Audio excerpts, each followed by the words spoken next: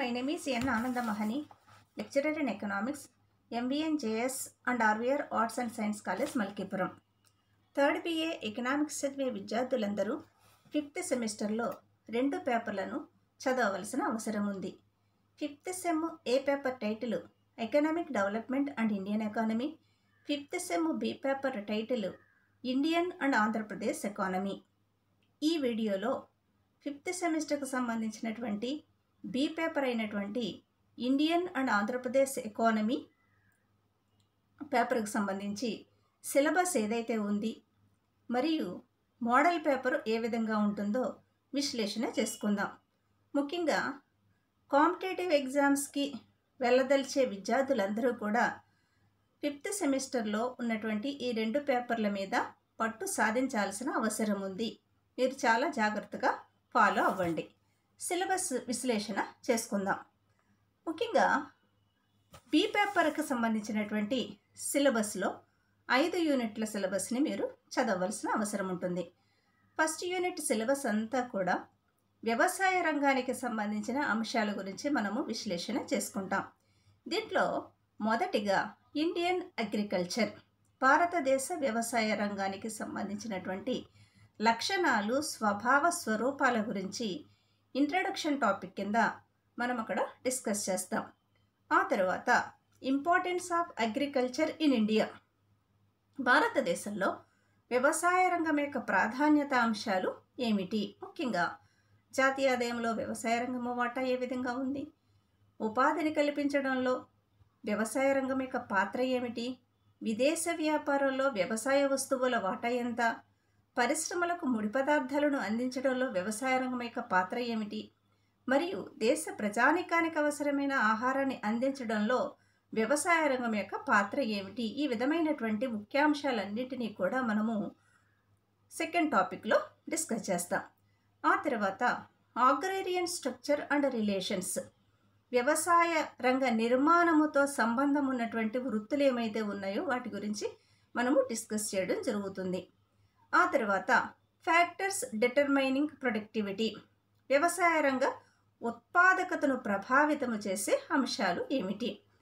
ముఖ్యంగా అభివృద్ధి చెందిన దేశాలతో పోలిస్తే భారతదేశంలో వ్యవసాయ రంగంలో ఉత్పాదకత అనేది అల్పంగా ఉంటుంది. భారతదేశంలో అల్ప ఉత్పాదకతకు లేదా వ్యవసాయ రంగాన్ని ప్రభావితం చేసే అంశాలుగా 3 అంశాలను మనము డిస్కస్ చేయడం జరుగుతోంది. 1 సాధారణ కారణాలు, 2 సాంకేతిక కారణాలు, 3 వ్యవస్థాపూర్వక కారణాలు. మళ్ళీ సబ్ టాపిక్స్ ఉంటాయి, వాటి గురించి మనము విశ్లేషణ చేసుకోవాలి. ఆ తర్వాత అగ్రికల్చరల్ ఇన్ఫ్రాస్ట్రక్చర్, వ్యవసాయ అవస్థాపన సౌకర్యాలు లేదా వ్యవసాయ మౌలిక వసతులు. ముఖ్యంగా వ్యవసాయ రంగాన్ని సఫలీకృతంగా చేపట్టాలి అన్నట్లయితే కొన్ని ముఖ్యమైనటువంటి వసతులు అవసరమవుతాయి. అవి ఏంటి అని చూసినట్లయితే నీటిపారుదల సౌకర్యాలు, పరపతి సౌకర్యాలు, విద్యుత్ సౌకర్యాలు, ఇంధనము, రహదారి నిర్మాణాలు, రవాణా సౌకర్యాలు మరియు మార్కెట్ పరమైనటువంటి అంశాలు ఏమైతే ఉన్నాయో ఆ అంశాలన్నీ కూడా వ్యవసాయ మౌలిక వసతుల్లోకి రావడం జరుగుతుంది. ఆ తర్వాత రూరల్ క్రెడిట్, గ్రామీణ పరపతి గురించి మనము డిస్కస్ చేస్తాం. గ్రామీణ పరపతి అంటే ఏమిటి, గ్రామీణ పరపతిని అందించేటటువంటి సంస్థల గురించి మనము తెలుసుకోబోతాం. ముఖ్యంగా గ్రామీణ పరపతిని అందించే సంస్థలను 2 రకాలుగా మనము వర్గీకరణ చేయడం జరిగింది. 1 సంస్థాగత పరపతి సంస్థలు, 2 సంస్థాగతం కాని పరపతి సంస్థలు. వీటి గురించి తెలుసుకుంటారు. ఆ తర్వాత మైక్రో ఫైనాన్స్, సూక్ష్మ విత్తము మరియు సెల్ఫ్ హెల్ప్ గ్రూప్స్, స్వయం సహాయక బృందాలు. ముఖ్యంగా సూక్ష్మ విత్తము అంటే ఏమిటి, సూక్ష్మ విత్తాన్ని అందించడంలో స్వయం సహాయక బృందాల యొక్క పాత్ర ఏ విధంగా భారతదేశంలో ఉందో మనము విశ్లేషణ చేయవలసిన అవసరం ఉంది. ఆ తర్వాత అగ్రికల్చరల్ ప్రైస్ పాలసీ, వ్యవసాయ ధరల విధానం గురించి నేర్చుకుంటారు. వ్యవసాయ ధరల విధానము అంటే ఏమిటి, వ్యవసాయ ధరల విధానం యొక్క లక్ష్యాలేంటి, వ్యవసాయ ధరల సాధనాలేంటి, వ్యవసాయ ధరల విధానం కోసం భారత ప్రభుత్వం వేసినటువంటి కమిటీలు ఏమిటి, ముఖ్యంగా వ్యవసాయ ధరల కమిషన్ గురించి ఈ టాపిక్లో నేర్చుకుంటారు. ఆ తర్వాత కాన్సెప్ట్ ఆఫ్ క్రాప్ ఇన్సూరెన్స్ ముఖ్యంగా పంట బీమా భావన గురించి మీరు డిస్కస్ చేయవలసిన అవసరం ఉంది. ముఖ్యంగా భారతదేశంలో చాలా రకాల పంటల బీమా పథకాలు ఉన్నాయి. వాటిలో ముఖ్యంగా ఒకటి ఏం చదువుతామని చూసినట్లయితే సమగ్ర పంటల బీమా పథకము, 2 జాతీయ వ్యవసాయ బీమా పథకము, వర్ష బీమా పథకము, తర్వాత ప్రధానమంత్రి కిసాన్ యోజన పథకము. ఇటువంటి పథకాల గురించి మనము డిస్కస్ చేయవలసిన అవసరం ఉంది. ఆ తర్వాత ఫుడ్ సెక్యూరిటీ, ఆహార భద్రత అంటే ఏమిటి, ఆహార భద్రతకు ఉన్నటువంటి నిర్వచనాలు ఏంటి, ఆహార భద్రత ముఖ్య లక్ష్యాలేంటి, భారతదేశంలో ఆహార భద్రత గురించి మనము లాస్ట్ టాపిక్లో మనము నేర్చుకుంటాం. ఆ తర్వాత సెకండ్ మోడ్యూల్కి సంబంధించిన అంశాలన్నీ కూడా పారిశ్రామిక రంగానికి సంబంధించినటువంటి అంశాలను మనము తెలుసుకోబోతున్నాం. దాంట్లో మొదటిగా structure and growth of Indian industry, భారత పారిశ్రామిక నిర్మాణము మరియు వృద్ధి. ముఖ్యంగా స్వతంత్ర్యానికి పూర్వము నుండి స్వతంత్రం వచ్చిన తరువాత భారత పారిశ్రామిక రంగంలో వృద్ధి ఏ విధంగా ఏర్పడింది డిస్కస్ చేస్తాం.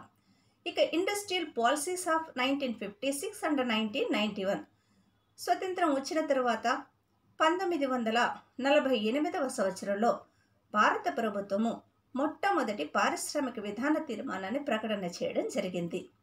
ఫస్ట్ 5 ఇయర్ ప్లాన్లో వ్యవసాయ రంగానికి ఇంపార్టెన్స్ ఇవ్వడం జరిగింది.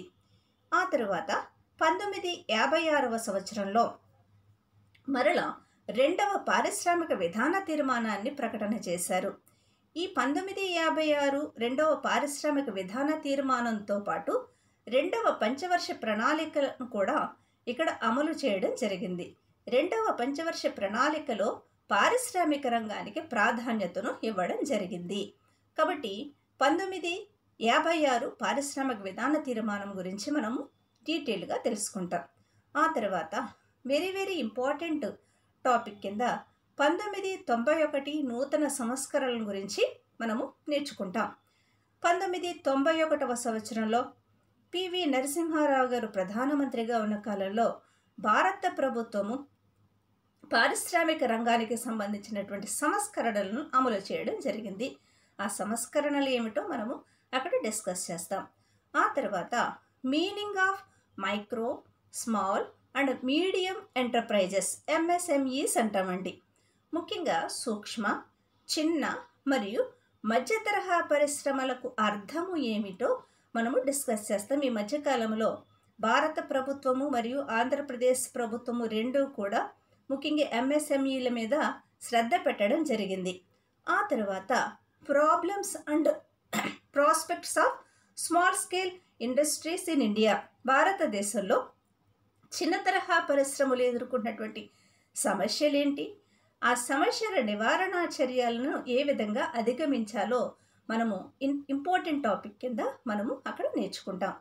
ఇక థర్డ్ మోడ్యూల్కి వచ్చేసరికి డిజిన్వెస్ట్మెంట్ ఇన్ ఇండియా, పెట్టుబడుల ఉపసంహరణ విధానము అంటే ఏమిటి. 1991 సంస్కరణలలో ముఖ్యంగా 3 అంశాలు మనము ప్రస్తావించుకుంటాం. ఒకటి ఏంటని చూసినట్టయితే ప్రపంచీకరణ, సరళీకరణ, ప్రైవేటీకరణ. ముఖ్యంగా ప్రభుత్వ రంగ సంస్థలను ప్రైవేటు పరం చేసే దశలో అక్కడ పెట్టుబడుల ఉపసంహరణ విధానం యొక్క ప్రాముఖ్యత మనకి కనబడుతూ ఉంటుంది. కాబట్టి డిజిన్వెస్ట్మెంట్ ఆఫ్ ఇండియా, భారతదేశంలో పెట్టుబడుల ఉపసంహరణ విధానము ఏ విధంగా ఉందో మనము డీటెయిల్గా అక్కడ నేర్చుకుంటాం.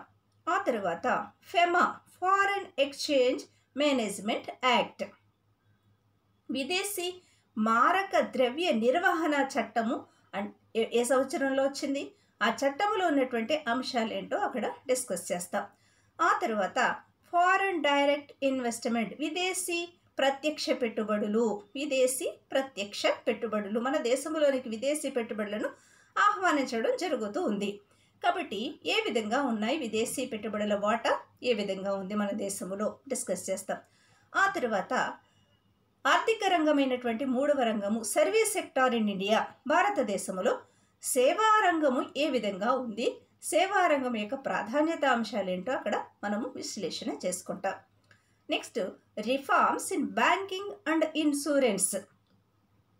ఇటీవల కాలంలో బ్యాంకింగ్ సెక్టార్లోను మరియు ఇన్సూరెన్స్ రంగంలో వచ్చినటువంటి సంస్కరణలు ఏమైతే ఉన్నాయో ఆ సంస్కరణలన్నిటినీ కూడా మనము అక్కడ నేర్చుకుంటాం. ఆ తర్వాత ఐటీ, ఇన్ఫర్మేషన్ టెక్నాలజీ, సమాచార సాంకేతిక విజ్ఞానము భారతదేశంలో ఏ విధంగా అభివృద్ధి చెందిందో మనము నేర్చుకుంటాం. ఆ తర్వాత ఎడ్యుకేషన్ అండ్ హెల్త్, భారతదేశంలో విద్య ఏ విధంగా ఉంది మరియు ఆరోగ్యపరమైనటువంటి అంశాలు ఏ విధంగా వృద్ధి చెందాయో మనము అక్కడ మోడ్యూల్ 3లో నేర్చుకుంటాం. ఇక మోడ్యూల్ 4కి వచ్చేసరికి ప్లానింగ్ ఇన్ ఇండియా ఎకానమీ, ప్రణాళికాబద్ధమైనటువంటి భారత ఆర్థిక వ్యవస్థ గురించి మనం విశ్లేషణ చేస్తాం. దాంట్లో ఆబ్జెక్టివ్స్ ఆఫ్ 5-year ప్లాన్స్, పంచవర్ష ప్రణాళికల లక్ష్యాలేంటి. ప్రణాళికలు చాలా రకాలు ఉన్నాయి. అసలు ప్రణాళిక అంటే ఏమిటి, ప్రణాళిక రకాలేంటి, అందులో మనం ఎంచుకున్నటువంటి పంచవర్ష ప్రణాళిక అంటే ఏమిటి, దాని యొక్క ఆబ్జెక్టివ్స్ అంటే లక్ష్యాలు ఏంటో మనము డిస్కస్ చేస్తాం. ఆ తర్వాత రివ్యూ ఆఫ్ 5-year ప్లాన్స్. ఏమండి, ఇప్పటి వరకు 12 పంచవర్ష ప్రణాళికలను మనము అమలు చేసుకోవడం జరిగింది. మొదటి పంచవర్ష ప్రణాళిక నుండి 12వ పంచవర్ష ప్రణాళిక విజయాలు వైఫల్యాలు ఏమైతే ఉన్నాయో మనము ప్రణాళికల వారీగా విశ్లేషణ చేయవలసిన అవసరం ఉంది. ఆ తర్వాత current 5-year plan. Current 5-year plan అంటే ఇది 12th 5-year ప్లాన్ గురించే నేను డిస్కస్ చేస్తాం ఇక్కడ. ఇక నీతి ఆయోగ్ 2014వ సంవత్సరంలో ప్లానింగ్ కమిషన్ని మోడీ గారి ప్రభుత్వము రద్దు చేసి దాని స్థానంలో 2015వ సంవత్సరంలో నీతి ఆయోగ్ అనేటటువంటి సంస్థను ఏర్పాటు చేశారు. National institute for transforming India, నీతి ఆయోగ్ అంటే దాని యొక్క లక్ష్యాలు ఏంటి, దాని యొక్క నిర్మాణం ఏంటో మనము ఆ యూనిట్లో డిస్కస్ చేస్తాం. నెక్స్ట్ మోడ్యూల్ 5కి వచ్చేసరికి ఆంధ్రప్రదేశ్ ఎకానమీ. ముఖ్యంగా ఆంధ్రప్రదేశ్ ఆర్థిక వ్యవస్థ గురించి మనము పర్టికులర్గా డిస్కస్ చేయవలసిన అవసరం ఉంది. ఇక పాపులేషన్, ఆంధ్రప్రదేశ్లో జనాభా విస్తరణ ఏ విధంగా ఉంది. ఆ తర్వాత వెరీ ఇంపార్టెంట్ టాపిక్ కింద GSDP, gross state domestic product, gross state domestic product, స్థూల రాష్ట్ర దేశీయోత్పత్తి అంటే ఏమిటి, సెక్టర్ కాంట్రిబ్యూషన్ అండ్ ట్రెండ్స్. ఈ జిఎస్డిపిలో వివిధ రంగాల యొక్క కాంట్రిబ్యూషన్ ఏ విధంగా ఉంది, దాని పెరుగుదల ధోరణులు ఏ విధంగా ఉన్నాయో మనం విశ్లేషణ చేయడం జరుగుతుంది. ఆ తర్వాత ఐటీ, ఇన్ఫర్మేషన్ టెక్నాలజీ, ఆంధ్రప్రదేశ్లో సమాచార సాంకేతిక విజ్ఞానము ఏ విధంగా డెవలప్ అయిందో మనము డిస్కస్ చేస్తాం. ఆ తర్వాత స్మాల్ స్కేల్ ఇండస్ట్రీ, ఆంధ్రప్రదేశ్లో చిన్న తరహా పరిశ్రమల వృద్ధి ఏ విధంగా ఉందో డిస్కస్ చేస్తాం. ఆ తర్వాత సెస్, స్పెషల్ ఎకనామిక్ జోన్స్, ప్రత్యేక ఆర్థిక మండళ్ళు అంటే ఏమిటి, ప్రత్యేక ఆర్థిక మండళ్ళ ద్వారా ఆంధ్రప్రదేశ్లో ఎక్కడెక్కడ పరిశ్రమలు ఎస్టాబ్లిష్ అయ్యాయో మనము ఆ టాపిక్లో నేర్చుకోబోతున్నాం. ఇక ఈ సిలబస్ని చదవడం ద్వారా విద్యార్థికి కలిగేటటువంటి ఉపయోగం ఏంటో ఒకసారి మనము విశ్లేషణ చేద్దాం.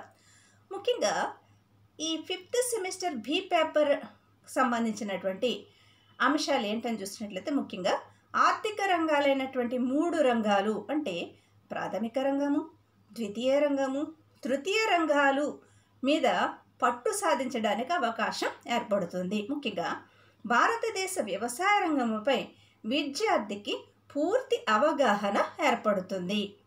కాబట్టి వ్యవసాయాన్ని సాంప్రదాయక వ్యవసాయంగా కాకుండా ఆధునిక వ్యవసాయ రంగంగా లేదా పారిశ్రామిక వ్యవసాయ రంగంగా మార్చడానికి విద్యార్థికి అవకాశం ఏర్పడుతుంది. ఇక భారతదేశ పారిశ్రామిక రంగ ప్రగతిని గురించి విద్యార్థి తెలుసుకోబోతున్నాడు.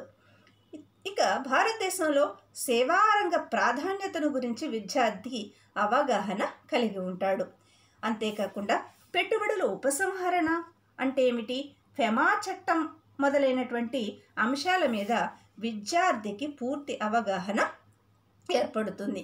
ఇక ముఖ్యంగా ఈ సిలబస్ని చదవడం వల్ల ఆంధ్రప్రదేశ్ ఆర్థిక వ్యవస్థ గురించి విద్యార్థి క్షుణ్ణంగా అవగాహన చేసుకోవడానికి అవకాశం ఉంటుంది.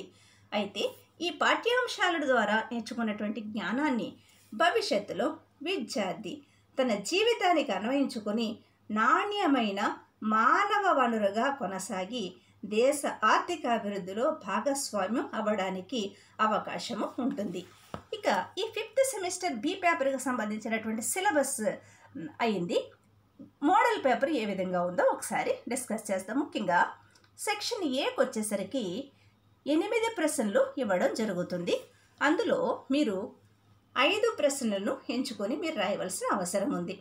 ముఖ్యంగా సెక్షన్ ఏలో 8 ప్రశ్నలు ఉంటాయి. ఒక్కొక్క ప్రశ్నకి 5 మార్కులు. సెక్షన్ ఏ నుంచి 25 మార్కులు మీరు సంపాదించుకోవాల్సిన అవసరం ఉంది. దీంట్లో మనము 5 ప్రశ్నలు ఏంటో ఒకసారి చూద్దాం. 8 ప్రశ్నలు ఏంటో ఒకసారి చూద్దాం. ఫస్ట్ మైక్రో ఫైనాన్స్ సూక్ష్మ విత్తము గురించి అడగడం జరిగింది. ఆ తర్వాత ఇండస్ట్రియల్ పాలసీ 1991 1991 పారిశ్రామిక విధానము, బ్యాంకింగ్ సెక్టార్ రిఫార్మ్స్ బ్యాంకింగ్ రంగ సంస్కరణల గురించి అడగడం జరిగింది. How for the Indian plans achieved growth with social justice సామాజిక న్యాయబద్ధంగా భారతదేశ ప్రణాళికలు ఎంతవరకు అభివృద్ధిని సాధించాయి. నెక్స్ట్ 5వ ప్రశ్న కింద ట్రెండ్స్ ఇన్ ఐటీ సమాచార సాంకేతికలోని ధోరణులు ఏ విధంగా ఉన్నాయి. ఇక్కడ ఐటీ ట్రెండ్స్ ఇన్ ఐటీ అని అడిగాడు. అది ఆంధ్రప్రదేశ్ ఇండియా అని అడగలేదు, మీరు ఏదైనా రాయొచ్చు. ఆ తర్వాత ఫుడ్ సెక్యూరిటీ ఆహార భద్రత. Next what do you mean by MSME, what do you mean by MSME, MSME అనగానేమి చెప్పాను కదండి, మైక్రో స్మాల్ మీడియం ఎంటర్ప్రైజెస్. ఆ తర్వాత స్కోప్ ఆఫ్ డిస్ఇన్వెస్ట్మెంట్ పెట్టుబడుల ఉపసంహరణ యొక్క పరిధి. 8 ప్రశ్నలు సెక్షన్ ఏలో ఉంటాయి. ఈ 8 ప్రశ్నలకు సంబంధించిన అంశాలను మీరు ఒకసారి అవగాహన చేసుకుని ఏ ప్రశ్నలు అయితే మీకు బాగా వచ్చో అందులో 5 ప్రశ్నలు ఎన్నుకొని మీరు ఆన్సర్ చేయవలసిన అవసరం ఉంటుంది. 25 మార్కులు మీరు సెక్షన్ ఏ నుంచి సంపాదించుకుంటారు. ఇక సెక్షన్ బిలో 6 బిలు ఉంటాయండి. ముఖ్యంగా ఇందులో 9ఏకి సంబంధించినటువంటి అంశాలేంటో చూద్దాం. 5 ప్రశ్నలు మీరు రాయాలి. ఒక్కొక్క ప్రశ్నకి 10 మార్కులు చొప్పున 50 మార్కులు సెక్షన్ బి నుంచి మీరు తెచ్చుకోగలుగుతారు. ముఖ్యంగా bring out the importance of agriculture in India భారతదేశంలో వ్యవసాయ రంగం యొక్క ప్రాధాన్యతను వివరించండి. చూడండి, చాలా జాగ్రత్తగా డైరెక్ట్ క్వశ్చన్ ఇచ్చేసాడండి. భారతదేశంలో వ్యవసాయ రంగం యొక్క ప్రాధాన్యతను వెలికి తీయండి, డైరెక్ట్ క్వశ్చన్ ఇచ్చాడు. లేదా what is rural credit, also state different institutional source of rural credit, గ్రామీణ పరపతి అనగానేమి, గ్రామీణ పరపతి యొక్క వివిధ సంస్థాగత మూలాధారాలను గురించి తెలపండి.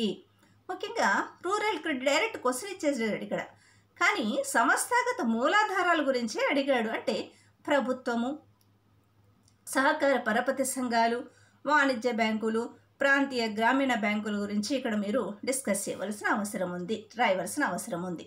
నెక్స్ట్ 10A ప్రశ్న ఏంటో చూద్దాం. What is industrial policy, state the important accepts in industrial policy 1956. జాగ్రత్తగా ఒకసారి మళ్ళా వినండి. What is industrial policy, state the important aspects in industrial policy 1956. పారిశ్రామిక విధానము అనగానేమి, 1956 పారిశ్రామిక విధాన తీర్మానం యొక్క ముఖ్య అంశాలను తెలుపుము. ఎస్ఏ క్వశ్చన్ ఇచ్చాడు. 1956 ఇండస్ట్రియల్ పాలసీ ఎస్ఏ క్వశ్చన్ ఇవ్వడం జరిగిందండి. లేదా explain the concept of SSI, also state their prospects and problems. చిన్న తరహా పరిశ్రమలు, స్మాల్ స్కేల్ ఇండస్ట్రీస్. ఎస్ఎస్ఐ అంటే ఏంటి? Small scale industries. చిన్న తరహా పరిశ్రమల యొక్క భావనను వివరించి వాటి యొక్క ప్రగతిని మరియు సమస్యలను తెలుపుము. నెక్స్ట్ 11A క్వశ్చన్ చూద్దాం. describe the word foreign direct investment, also critically assess its rationality. విదేశీ ప్రత్యక్ష పెట్టుబడులు అను పదాన్ని విశదీకరించండి. విదేశీ ప్రత్యక్ష పెట్టుబడుల యొక్క హేతుబద్ధతను విమర్శనాత్మకంగా అంచనా వేయండి. డైరెక్ట్ క్వశ్చన్ కూడా, ఇది కూడా డైరెక్ట్ క్వశ్చన్ కింద, ఎస్ఏ క్వశ్చన్ కింద మీరు ఆన్సర్ చేయాలి. Next B question, list out various reforms introduced in India insurance sector, also state their impact. భారతదేశ బీమా రంగంలో ప్రవేశపెట్టిన వివిధ సంస్కరణల జాబితాను తెలిపి వాటి ప్రభావాన్ని గూర్చి తెలుపుము. అక్కడేమో బ్యాంకింగ్ సెక్టార్లో రిఫార్మ్స్ గురించి షార్ట్ ఆన్సర్ క్వశ్చన్లో అడిగారు. ఇక్కడికి వచ్చేసరికి ముఖ్యంగా ఇన్సూరెన్స్ సెక్టార్లో రిఫార్మ్స్ గురించి అడగడం జరిగిందండి. నెక్స్ట్ క్వశ్చన్ వచ్చేసరికి 12 ప్రశ్న, what are the objectives of 5-year plans, also state what are the essential conditions of successful planning in under developed countries. పంచవర్ష ప్రణాళికల యొక్క ఉద్దేశములు ఏవి? అభివృద్ధి చెందని దేశాలలో, జాగ్రత్తగా వినండి, అభివృద్ధి చెందని దేశాలలో సఫలీకృత ప్రణాళికీకరణకు గాను ఆవశ్యకమైనటువంటి పరిస్థితులు లేదా షరతులు ఏవి? ఇది 12 ప్రశ్న అండి. నెక్స్ట్ బి క్వశ్చన్ ఏంటని చూసినట్టయితే, review briefly the important achievements of the 5-year plans in India. భారతదేశంలో పంచవర్ష ప్రణాళిక యొక్క ముఖ్యమైన విజయాలను గురించి పునఃపరిశీలించండి. డైరెక్ట్ క్వశ్చన్ అండి. నెక్స్ట్ 13కి సంబంధించినటువంటి క్వశ్చన్ ఏంటని చూసినట్లయితే, what is special economic zone, also explain the role of SEZs in employment creation. ప్రత్యేక ఆర్థిక మండలి అనగానేమి, ఉద్యోగాల కల్పనలో సెజ్ల యొక్క పాత్రను వివరించండి. ఇది 5th యూనిట్కి సంబంధించినటువంటి క్వశ్చన్. నెక్స్ట్ 13B క్వశ్చన్ వచ్చేసరికి, what is small scale industry, also explain the role of SSI in Andhra Pradesh economy. జాగ్రత్తగా వినండి. చిన్న తరహా పరిశ్రమ అనగానేమి, ఆంధ్రప్రదేశ్ ఆర్థిక వ్యవస్థలో ఎస్ఎస్ఐల పాత్రను వివరించండి. ఎస్ఎస్ఐ అంటే స్మాల్ స్కేల్ ఇండస్ట్రీ అని అర్థం అండి. ఇది ఆంధ్రప్రదేశ్కి సంబంధించినటువంటి ఎస్ఎస్ఐల గురించి అడగడం జరిగింది. ఇది సిలబస్కి సంబంధించిన అంశాలు మరియు మోడల్ పేపర్కి సంబంధించిన అంశాలని ఈ వీడియోలో మీరు అవగాహన చేసుకోండి. Thank you.